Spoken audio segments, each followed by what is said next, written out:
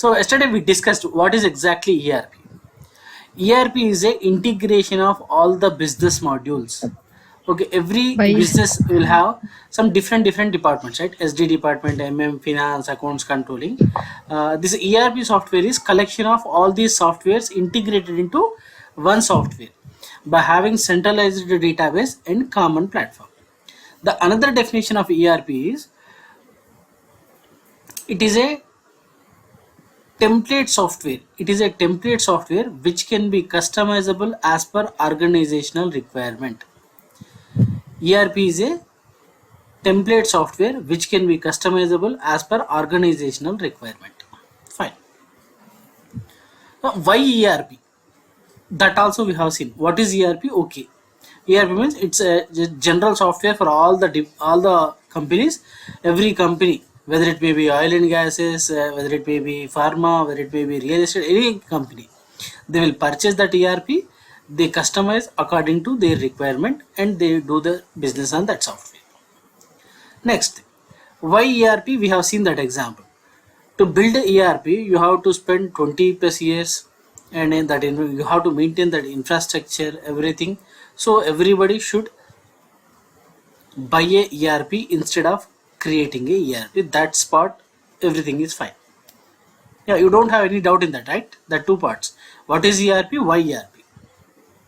Now we have different ERP companies available in the market.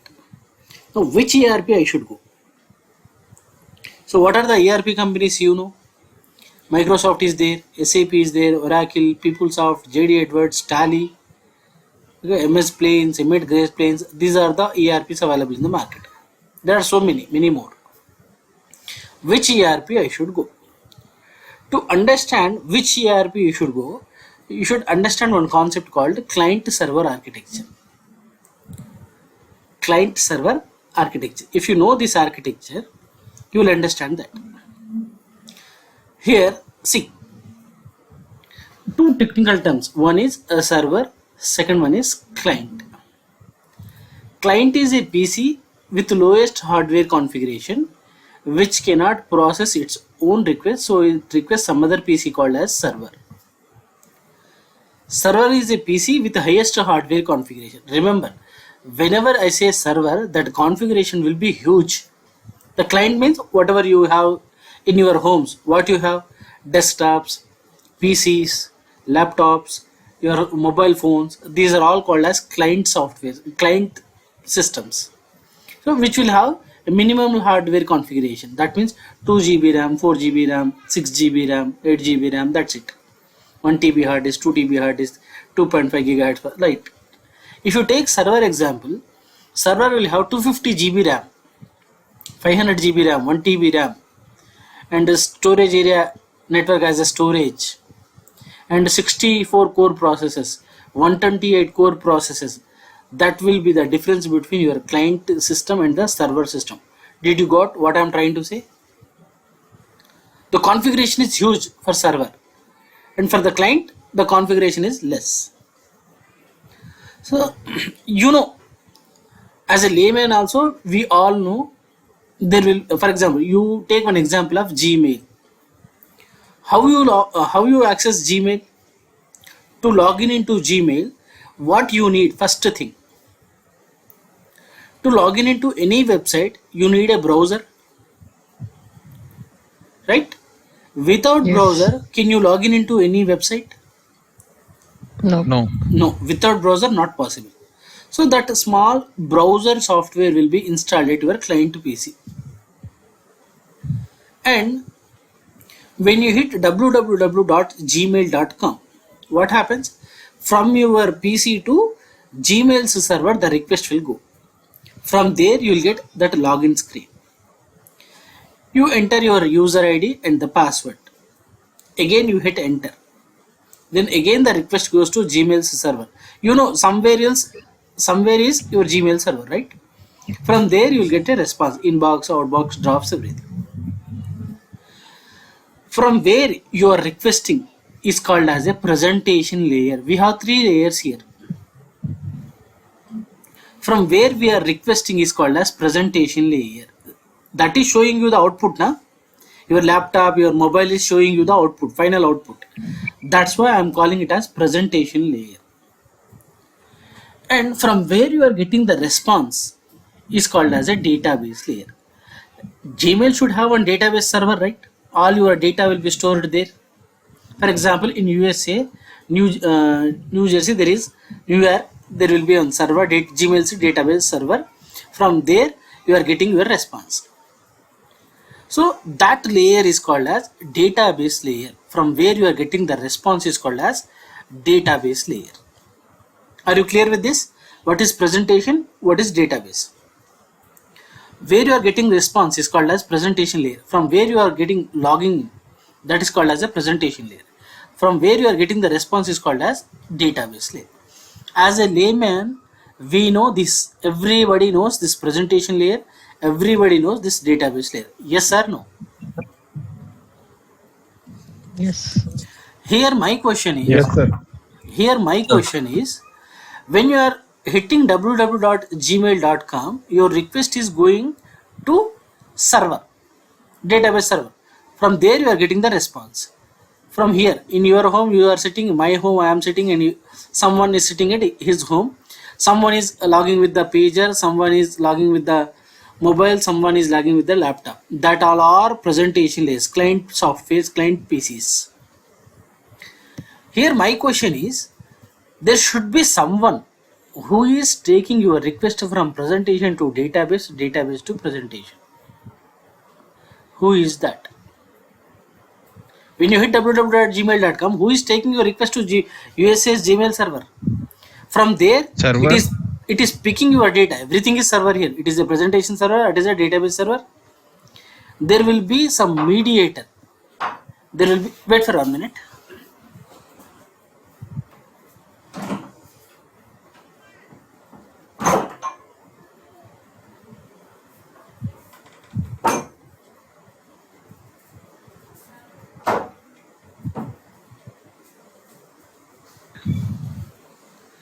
There will be someone who is taking your request from presentation to database, database to presentation. Who is that? That is application layer. There will be some other layer called as application layer. This application layer is responsible for everything here. Simply you are sitting at your home and you are requesting something. Do you feel any burden? No.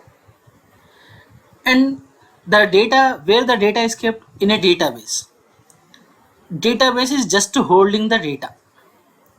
Did database feel any burden? No. Only the layer which is taking request from presentation, see, which is taking the request from presentation to application, application to database, and fetching the data from the database, and again it is giving to the user, end user. So from presentation to database, who is working in between? Server. Application server. Application layer. Application layer. Application. So as a layman, we don't know all these things, right? We just hit www.com, www.gmail.com, yahoo.com, any other .com, right? But there will be one layer called, and you know, as a layman also, you know, there will be one database layer. But there will be another layer called, middle layer called application layer. That application layer is responsible for taking your request from presentation to database, database to presentation. So who is feeling the burden here? Application layer. Application layer. See, from presentation we are requesting, it is taking your request and it is connecting to the database and fetching the data, and again it is giving. So only the application layer is feeling the burden.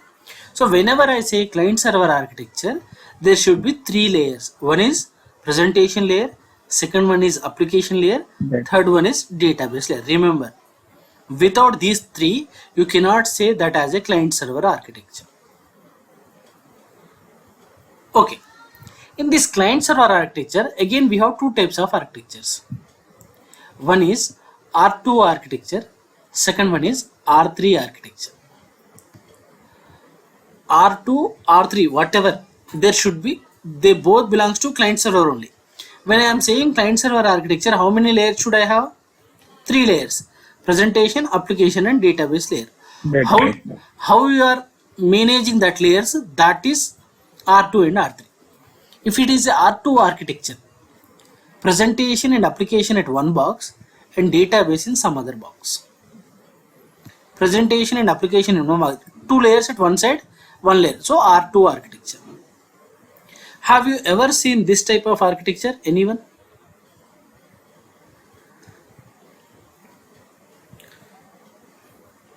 Have you ever seen this type of you all seen this type of architecture?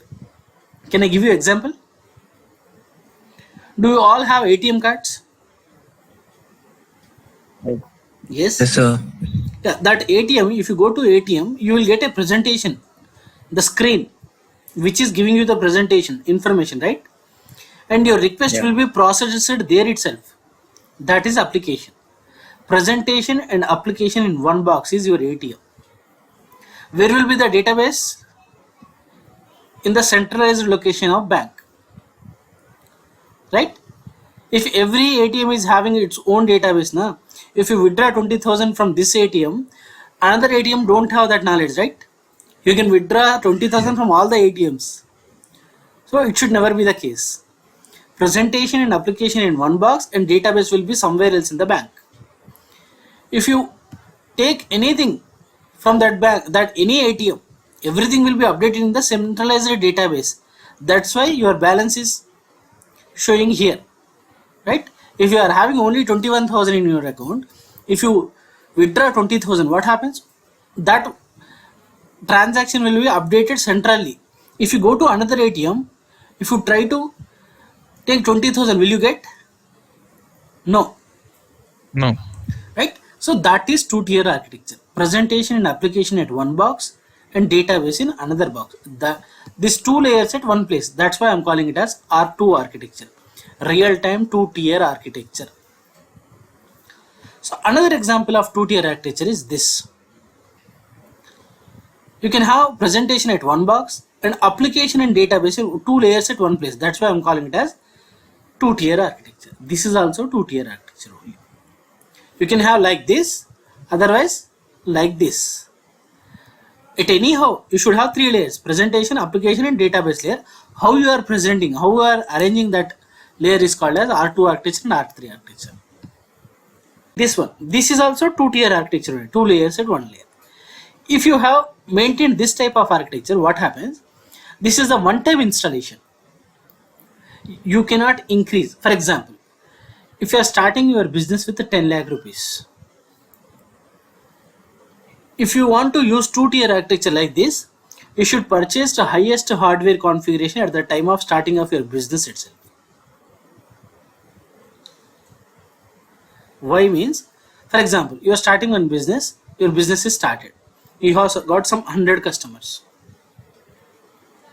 After that, that customers is increased to 200. Everybody should log into application to database, right? 200, 300, 400. Now what happens? The burden on this server will increase. When burden is increasing, what happens? The performance will definitely decrease. Okay, I'll give you one beautiful example. For example, let us take a JNTU website or Osmania University website. How many members will log in into that website every time? Let us take 1,000 people. 1,000 people. Okay, for some Every time. different. Anytime, if you take anytime, you log in, some other will come, some other go, some other will come. As an average, 1,000 people are logging into that website. All Usman University students, JNTU students won't log in every time 24/7, right? Only the people who is having some work at university level, the timetables and some news, they'll only log in. On results day, what happens? At a time, at 11 o'clock, results will be out. At 11 o'clock, 1 lakh people will try to log in into the system, right or wrong? Right. Yes. Your server capacity is, for example, your hardware capacity will decide on your hardware resources like your RAM and the processor. Remember this. Whenever you are purchasing any hardware like a mobile phone, laptop, desktop, what you see generally? RAM and storage. RAM. Thank God. One time I got one weird answer. Sir, I'll look for a pink color. Guess boy or girl? Girl. Definitely girl. Girl. Pink color is their favorite color, right? So we don't look at the color. We only look at the hardware configuration. Not even your hard disk. You can have any hard disk, but your processor and RAM should be good. So if you take some 4 GB RAM and 2.5 gigahertz processor, this processor, who will give all the processes? Processor. This processor can give 100 processes. This 100 processes can serve some 500 users at a time. Now 1 lakh people logged into the system. What happens? Your system will be down, right? Only 500 people will get login and get the result. One of your friend in Amirpet, he is getting the result, but you are at LB Nagar, you are not getting the result. As what you say as a layman, the server is down, right? When results day, what we say general term, the server is down. Actually, the server is not down, boss. The server is up and running. It is serving some other users. At that time you logged in, you are into the queue, waiting queue. After some time, it will go into the out of time error message, right? It will roam around that buffer screen will come. After some time, page could not be found. You will get that message only, right? What you call generally server is down. When server is down, how your friend is getting the result? If the really server is down, both should not get the result. But some people are getting results means what? When they logged in, they are into the queue. Only it is giving the result to 500 people. Why? This hardware configuration capacity is only handling 500 users at a time. 500 results. 500 people again results. 500 people again results. If your results are too good, you will log in into 2 to 3 times. But if you fail in the subjects, if you got very bad marks, will you try to log in into that system? Will you dare that? No. Slowly 500 will get results. It will take 3 to 4 hours. After that, your server will come into normal position. The traffic will be decreased. That will happen in a real time. If you use 2-tier architecture, it is a one-time installation. That means I don't know how many customers I'll get. Before knowing that only, I should purchase highest hardware configuration. Why? In the future, if users are increased, my server is unable to handle that many requests. Now you are having 10 lakh rupees with you. You should go with 5 lakh rupees for your hardware. Then what you will put for your business? You don't know whether you get a profit or loss. You will retain in the market or not. Even though if you want to use 2-tier architecture, you should purchase highest hardware configuration. Why? It is a one-time installation. This RAM, this processor I cannot increase if I use 2-tier architecture. That is the disadvantage here. Now I will show you 3-tier architecture. What is 3-tier architecture? You will have presentation layer and application layer and database layer separately.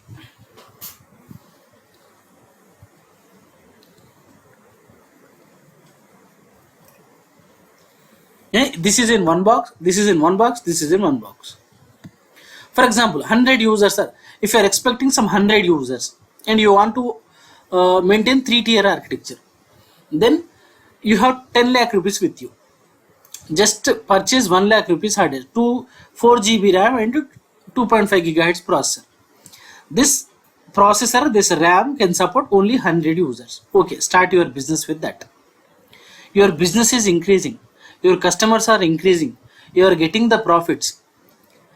When you are getting the profits, you should afford the money for hard disk hardware. Then you can install another application server. For 100 users, give this application server. For 100 users, give this application server. Still my users are increasing. I can add another application server. My users are increasing. My business is increasing. My customers are increasing. I'm getting the profits. I can add another application server. This is the beauty of 3-tier architecture. Did you got what is the difference between these two? Yes, sir. That is only one time installation. I cannot change that application server again. What you install first, you have to maintain that till the end of your business.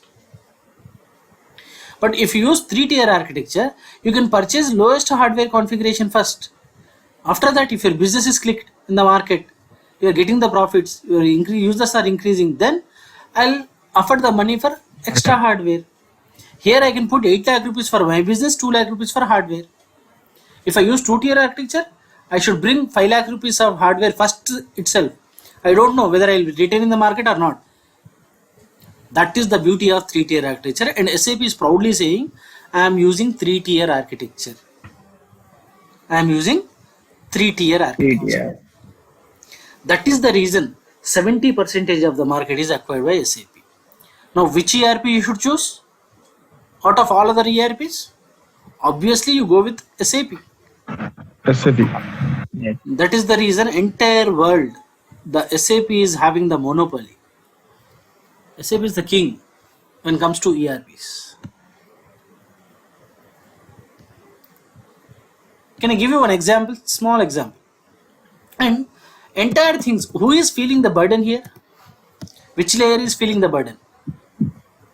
Applications layer. Application layer. Right? Application layer. Presentation layer, you are requesting something, no burden. Database is a container which holds the data, that's it. But who is taking your request from presentation to application, or application to database, database to application, application to presentation? So entire work is done by your application layer. Okay, I'll give you one example. Now you'll understand well. You went to the party, okay? You have one bowl full of biryani you have, okay? And you guys are 10 people went to the dining room. Your 10 friends went to the dining room. Okay, fine. And there is one servant who is serving all you. Okay, fine. You are requesting, and the servant is going to the biryani pot and taking the biryani and serving you. The performance will be good. Another batch, 10 people's batch came to the party. Your friends only. Now what happens? The response time will be increased. Here only within 1 minute he is bringing to. You are asking something, your another friend is asking something, this fellow is asking something. Another 10 people added to the party. The performance will decrease or increase? Definitely the performance will be decrease. This is your presentation layer. The servant is the application layer, and the biryani is the bowl is your database layer. And this is 2-tier. If I am adding another servant to this party, what happens? The performance will increase. Another servant. This is the beauty of 3-tier architecture. You are increasing the strength of which layer? Application layer. You are increasing the strength of application layer by adding extra hardware resources. Now 4 GB RAM, 2.5 GHz processor. Now I'll take 16 GB RAM and 8 GHz processor. Now 32 GB RAM, 16 core processor. I'm increasing the strength of this layer by adding the extra hardware resources. This is the beauty of 3-tier architecture. That is the reason all the market is acquired by SAP. Clear with this? Yes, sir. Yes, Yes. clear.